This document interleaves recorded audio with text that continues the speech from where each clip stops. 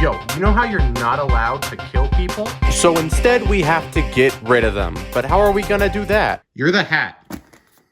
Tacked on multiplayer modes, an often underappreciated art form by the developers. Nowadays, it's not so common to see games with both standalone single player and multiplayer modes. Developers realize that people often don't want both out of games and were buying games either primarily for multiplayer or single player. But it sure took them a while to figure that out. For a while, a lot of single player games needed some multiplayer component shoved in there. Probably because some producer decreed at the last second, what about people that have friends? So developers would then attempt to throw something in without actually caring. And nobody ends up actually wanting to play these modes unless your younger sibling forces you to. It wasn't all bad though, and early on it was pretty uncommon to see things like this. Video games primarily started in arcades, and the thought of putting multiplayer in a game that doesn't need it likely never crossed developers' minds. Games were often meant to serve one function, and if that wasn't multiplayer, then it just wasn't added. And since games would be directly inspired by arcade games for a while, there wouldn't be many forced multiplayer editions. Mario would still come to our rescue in the first of many pointless multiplayers. Mario and a few other games from this time would add multiplayer in the form of taking turns. When one person dies, the other person gets to play, but the end result is just two people playing two different games. You're basically just playing Mario, but you have to watch someone play when you mess up. Oh, hand slipped. Your turn. I'm sure it was enough for two kids back in the day who haven't played many video games, but I doubt anyone is in the mood to play sometimes and just watch the rest of the time nowadays. This was likely just added to show off that the NES could do multiplayer. After all, it was the game that really had to sell the NES to consumers and developers, and with the hardware limitations, they probably couldn't fit two players onto the screen at once. So they came to a compromise even if it was completely pointless. But they kept adding it to Mario games over and over again, and it somehow still happened on the SNES, a system which definitely could have handled two players on screen, but Luigi and Mario still can't be on screen at the same time. Mainline Mario games that weren't designed for multiplayer would continue to have some of the worst multiplayer, but gaming would continue for a while without too many weird multiplayer modes, but eventually we would have our first inciting incident. Halo would release and become a global phenomenon. It would be praised for both its single player and multiplayer aspects. Multiplayer creating the Halo LAN parties of legend, and the single player gave us Cortana. Now, the single player was still incredibly entertaining right alongside the multiplayer, but you could still tell that the single player came second to the multiplayer. But they still put a lot of care into each and every Halo campaign, making them cornerstones of countless childhoods. But other developers seem to struggle to understand why this worked so well for Halo. But as the FPS genre grew throughout the early 2000s, more and more people wanted to emulate what Halo did, and this led to some less than stellar outcomes. For a while, every FPS game had to have both a single player and multiplayer mode, no matter how little sense it made. And almost every time, the single player or multiplayer ended up as an afterthought. Everyone looked at Halo and went, well, this worked, so this will work if we do it. And almost none of them understood what makes a good multiplayer mode. And this isn't on display anywhere more than Bioshock 2. In 2007, when Bioshock first released, it was already expected for FPS games to have single and multiplayer modes. But Bioshock bravely didn't have multiplayer, probably because it never crossed the developer's mind to add multiplayer, but when people realized it didn't have multiplayer, some people decided to criticize it. A game designed exclusively around a single-player adventure didn't have multiplayer? Yes, one game, please. Where's the porn? So the developers opted to respond to the criticism and made the decision to add a bog standard and mediocre multiplayer mode to their sequel to, quote, justify the $60 price tag. Now it's worth my money. It's a single player game. A mediocre multiplayer mode isn't going to be the difference between someone buying it and not buying it. Who are these modes even for? You'd have to be someone who is so into first-person shooters that you will play literally any of them, or what happened to the majority of people is that they bought Bioshock for the single player, decided to try it out, thought it was fun for a bit, and then never played it again. Well, that was a fun 30 seconds. Let's do something else now. They even mentioned in an interview that they looked into other avenues of multiplayer that would have made more sense for the series or have been more interesting. But they went for the easy and expected multiplayer shooty mode. This is the problem all of these modes have. I'm not saying any of them are bad. Plenty of them are fun and have definitely entertained a lot of people. But that entertainment only happened once or twice, since most of these modes are half-baked. They're always either uninteresting or poorly balanced, neither of which are fun for more than a couple play sessions. While Halo did cause one of the earliest ripples for bad multiplayer, the true catalyst would come a few years later in 2006, with the bane of Little Brothers Everywhere being released: the Wii.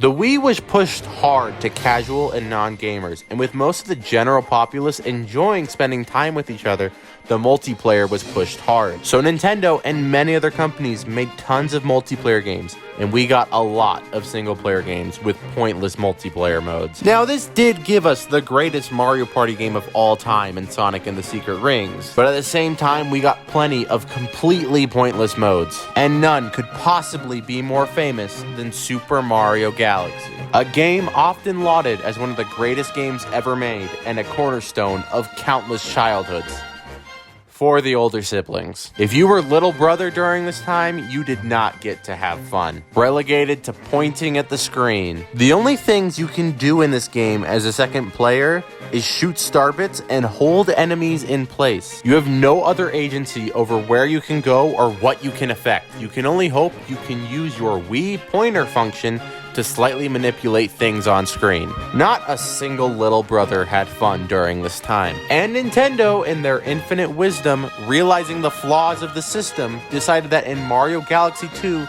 they'd add a Luma star that follows behind Mario to make sure you understand how tiny and powerless you are. These modes are so obviously flawed. They create a disconnect between players, making one feel like they have way less power than the other, and therefore have less fun. This would start the pattern of Nintendo randomly throwing in these unfair multiplayer modes into their games. They wouldn't all take the same form as the Mario Galaxy mode, but they will add little things like Nabbit in New Super Luigi U, who is just objectively the best character because he was invincible and would gain 1-ups after collecting power-ups in every stage.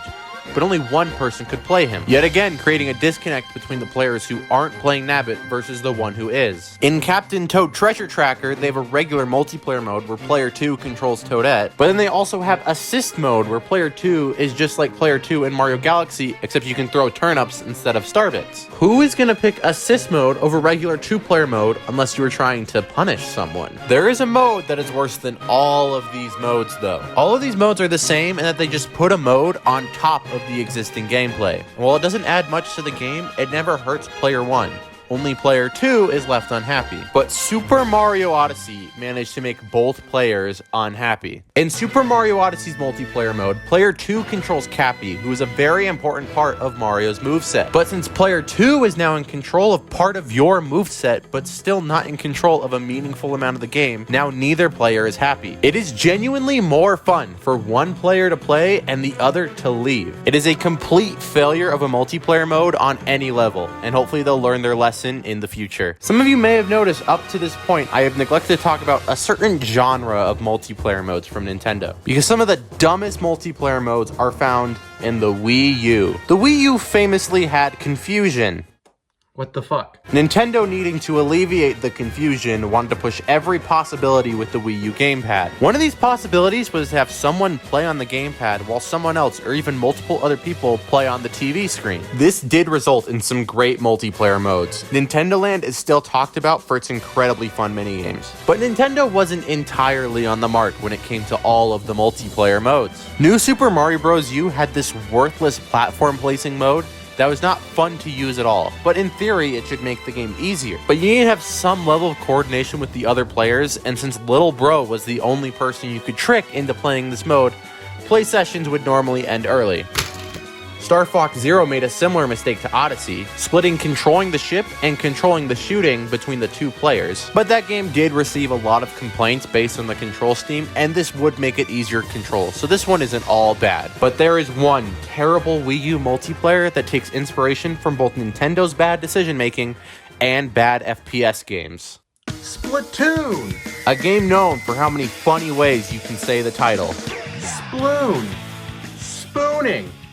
Oh god, they're 14. What have I done? but more primarily for its entertaining online multiplayer. A robust and entirely unique gameplay style that, instead of being focused around specific objectives or eliminating your opponent, focuses on covering the ground in your team's ink. Many people really like this game with the online mode alone, but Nintendo decided to go above and beyond and added some bonus modes like arcade minigames, a single-player campaign, and for some reason, local multiplayer. It was called the Battle Dojo, a 2-player mode played on both the gamepad and the TV screen. Realizing it wouldn't make sense to just have a regular turf war mode with only 2 players, they decided to create this balloon popping mode where 2 players converge on a specific point to pop balloons.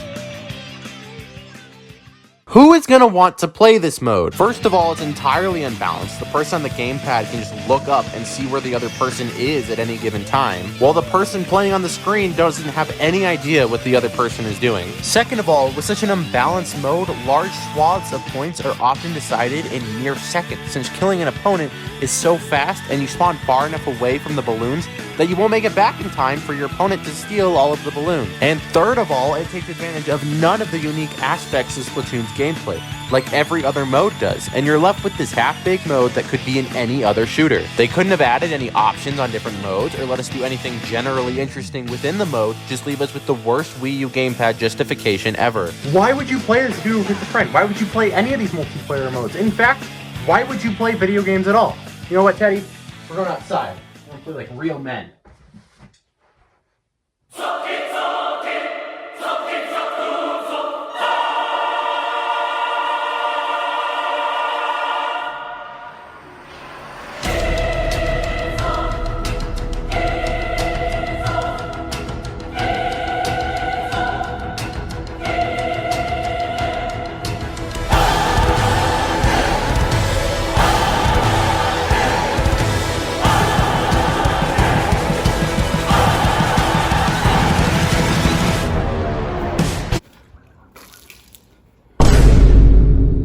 Teddy, we agreed on pistols.